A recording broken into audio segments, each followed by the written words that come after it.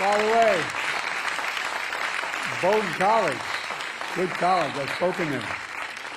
Thanks, Rose. Thanks for the introduction. And please have a seat. Take a seat if you have one. Because I said that once early in my career, and they said, we have no seats. But I didn't even know they were standing. Anyway, thanks for the introduction, Rose, and for your courage. 22 years old, born with cystic fibrosis, a tough chronic disease that's made even tougher. And she's not exaggerating by the high cost of medicines and particularly certain drugs that are needed. You know, Rose, you're not alone. I'm thinking about millions of Americans out there who are lying in bed at night staring at the ceiling wondering, what if it happens? What if it happens to me? How am I going to pay for it? How will I do it? The mothers and fathers wondering if their children come down with a chronic disease. How are they going to deal with it? Not a joke. You're going to have to sell the house. You're going to have to mortgage it. What are you going to have to do? It's consequential. Can you afford the medical bills? Look, folks, as I said in my State of the Union, I'm doing everything I can to lower the health care costs to provide people with peace of mind. Not at the expense of doctors or medicine or hospitals or drug companies, but just to make it fair. Look, and we're so lucky to have a great congressional delegation, including without hyperbole, two of the best senators in the United States Senate I've ever served with. Maggie Hassan. Stand up, Maggie.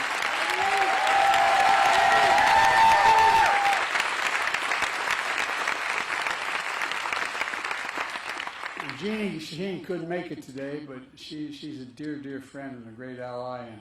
But she sent somebody who, if I have to be in a fight, I want her in my corner. Stand up, pal. Billy Shea. Look, I'm here in New Hampshire to talk about the budget I released today that would, what I think, help in a big way. As you just heard, Rose, many heard her say, many Americans pay for prescription drugs more money than anywhere in the country. If I got you on Air Force One with me and flew you to Toronto, to Berlin, to London, to Rome, any place in the world, with the same prescription you might have for whatever you need, no matter what it is, and we could, by the same company, you could get it in all those cities. And guess what? It costs you between 40 and 60% less. That's a fact. That's not hyperbole. That's a fact. And it's wrong. And guess what? I've been trying for years and years as a U.S. Senator to end it, and I'm ending it now. Through the Inflation Reduction Act, a law I proposed and signed, not one Republican, I might add, voted for it, we finally beat Big Pharma. Caps total prescription drug costs for seniors in Medicare at $2,000 a year, even for expensive drugs. Maximum. Right now, for example, this is already passed. I got it passed already. We got it passed. That beginning in next year, at the end of this term, what's going to happen is the cost for all of the prescription drugs for seniors, including cancer drugs that cost $10,000, $12,000, $15,000 a year, will not have to pay more than $2,000 a year, period. Working with Maggie and Jeannie, I want to cap prescription drug costs to $2,000 a year for Rose and for everyone, not just seniors. It could be transformational. But that's not all. Instead of paying as much as $400 a month for insulin for seniors with diabetes, you now only have to pay $35 a month. Well, you know why we did that? I've been fighting that a long time, too.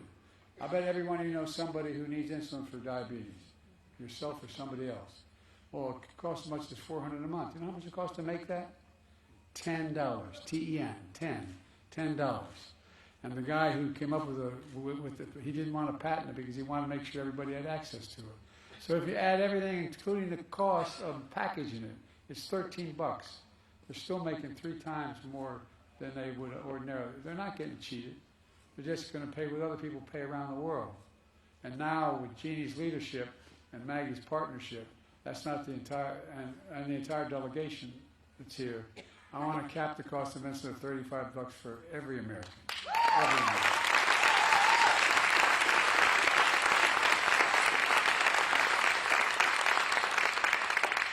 When I first got it passed, it included all Americans, and we got it reauthorized. The other team wouldn't do it, so only for seniors. Look, for years people talked about this, but we finally got it done and gave Medicare the power to negotiate lower drug prescription costs, just like the VA's been able to do for veterans for a long, long time. It's not just saving seniors money, it's saving every taxpayer money. It's cutting the federal deficit, just what we've just done so far. Cut the federal deficit over time by $160 billion.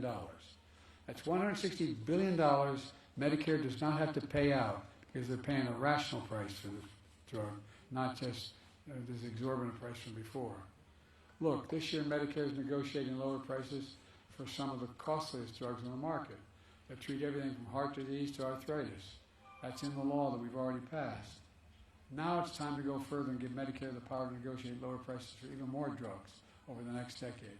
Folks, if we're able to do that, we'll not only save lives, we're going to save taxpayers another estimated $200 billion. $200 billion taxpayers will not have to pay the drug companies for exorbitant prices that aren't warranted. Folks, with Maggie and your delegation's help, I've already cut the federal deficit by $1 trillion. Signed a bipartisan budget deal to cut another $1 trillion over the next decade, if they stick with the deal. And now, it's my goal to cut the federal debt even more by making big corporations and the very wealthy begin to pay their fair share. I'm not an anti-corporation. I represent the state of Delaware. More corporations incorporated in Delaware than every other state in America combined. But guess what? But I'm a capitalist, man. Make all the money you want. Just begin to pay your fair share of taxes.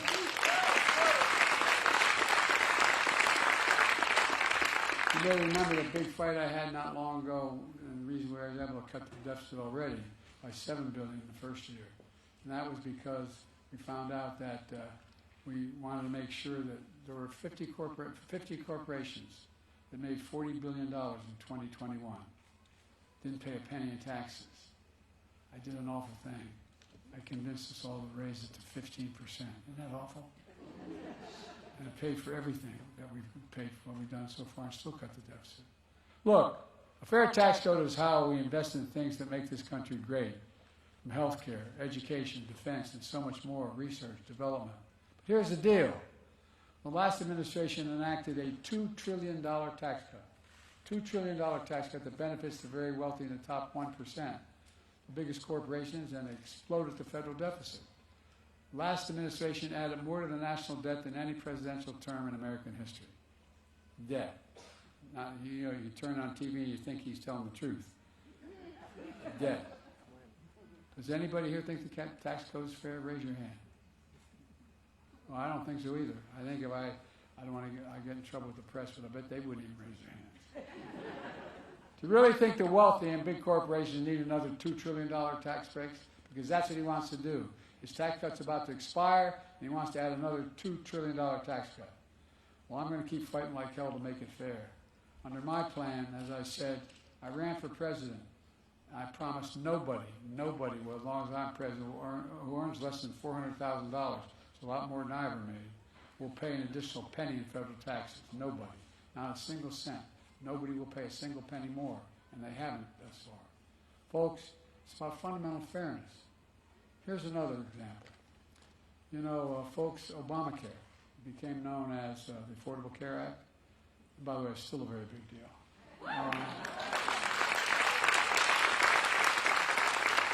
Over 100 million of Americans can no longer be denied health insurance because of a pre-existing condition.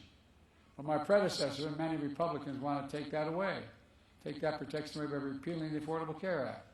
I'm not going to let it happen. We stopped them literally 50 times in the last administration. And we're going to stop them again. Folks,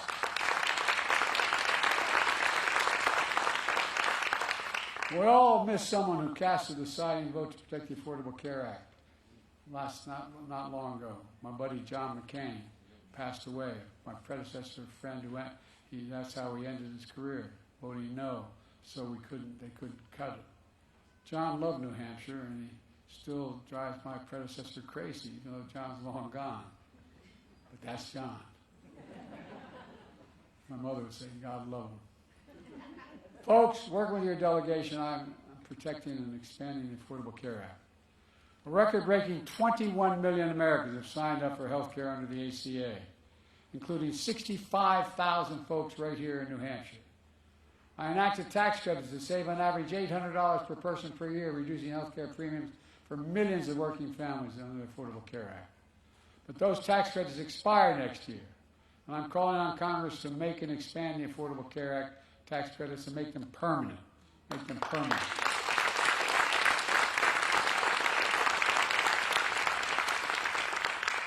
Many of my Republican friends want to put Social Security and Medicare back on the chopping block again. If anyone tries to cut Social Security and Medicare or raise retirement age again, I will stop them. Working people built this country. They pay more into Social Security than millionaires and billionaires do. It's not fair. Folks, we have two ways to go at Social Security and Medicare. Republicans will cut Social Security and Medicare to give us more tax cuts for the wealthy. Even this morning, Donald Trump said cuts to Social Security and Medicare are on the table again. When asked if he changed his position, he said, quote, "There's a lot you can do in terms of cutting. Tremendous amount of things you can cut." Maybe perception. Tremendous amount of things you can do, not cut. He said, but the bottom line is, he's still at it. I'm never going to allow that to happen. I won't cut Social Security. I won't cut Medicare. Instead of cutting Medicare and Medicaid and give tax breaks to the wealthy, I will protect and strengthen Social Security and Medicare and make the wealthy begin to pay their fair share. In fact, my budget plan would preserve Medicare benefits in this Medicare trust fund. Because Maggie's leadership, because of it, I'm also cracking down on surprise medical bills. Here's the deal. You go out there and you do your homework. You choose a hospital if you need a hospital based on what your insurance company will cover. And then when you get the bill, there's a surprise charge because the hospital assigned an anesthesiologist or a doc that isn't under your control, isn't in your insurance. That surprise bill can add up to thousands of dollars, thousands. Thanks to Maggie, we ended that surprise billing and we're protecting 1 million Americans.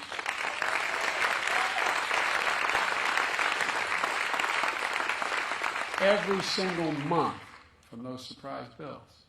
Folks, look, my budget also cracks down on what's called facility fees for telemedicine. You get charged an extra fee if you're in a rural area and you have a virtual visit where neither you nor the doc is actually in the facility.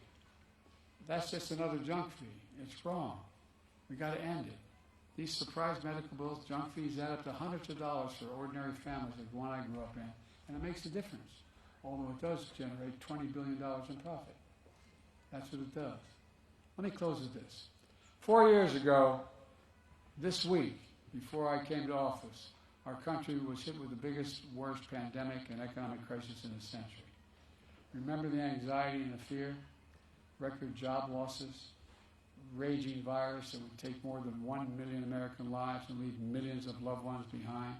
It was estimated for every one who died, left behind 8 significant people: mother, father, brother, sister, aunt, uncle, an empty chair at the table. The mental health crisis that resulted from the isolation and loneliness. A president, my predecessor, failed the most basic of any duty a president owes the American people, a duty to care. I believe that's unforgivable. I came to office determined to uphold the duty to care and get us through one of the toughest periods in our nation's history. And we have. Building a future of American possibilities, building an economy from the middle out and the bottom up, not just the top down. When the middle grows, the bottom has a chance, the poor have an opportunity, and the wealthy still do very well. They still do very well. Investing in all America and all Americans to make sure everyone has a fair shot. We leave nobody behind. Nobody. Our plan is working and America is coming back. 4 years later, the pandemic no longer controls our lives. The vaccines that saved us from COVID are now being used to help beat cancer, turning a setback into a comeback. That's the American story. And I believe we're moving into a future where health care is a right, not a privilege in America. That's why.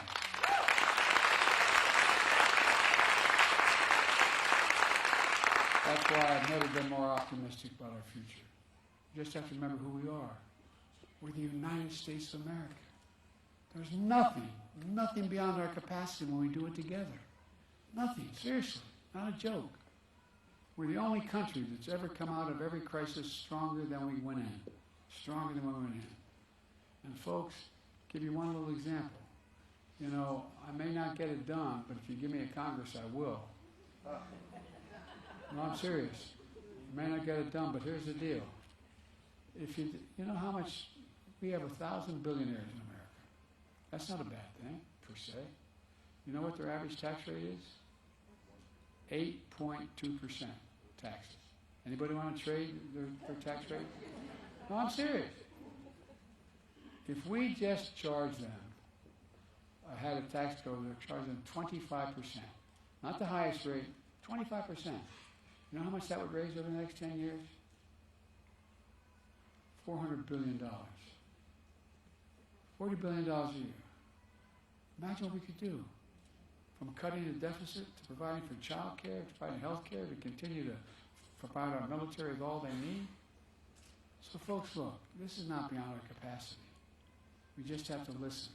We've got to tell people what we want to do and hope that they've figured out that what is going on with the last guy, if it gets repeated, because if he gets elected, he's publicly stated he'd try to repeal every single thing we've done so far. 15 million new jobs, 800,000 manufacturing jobs, they go on and on. But people still need help. We still need help. Those people, the folks sitting at the kitchen table, they still need some help in the day-to-day things. And we're going to work on those as well. But anyway, I'm taking too much of your time. You're very gracious. Thank you all very much for being here. And as my mother would say, God bless you all. Thank you. God protect that peace.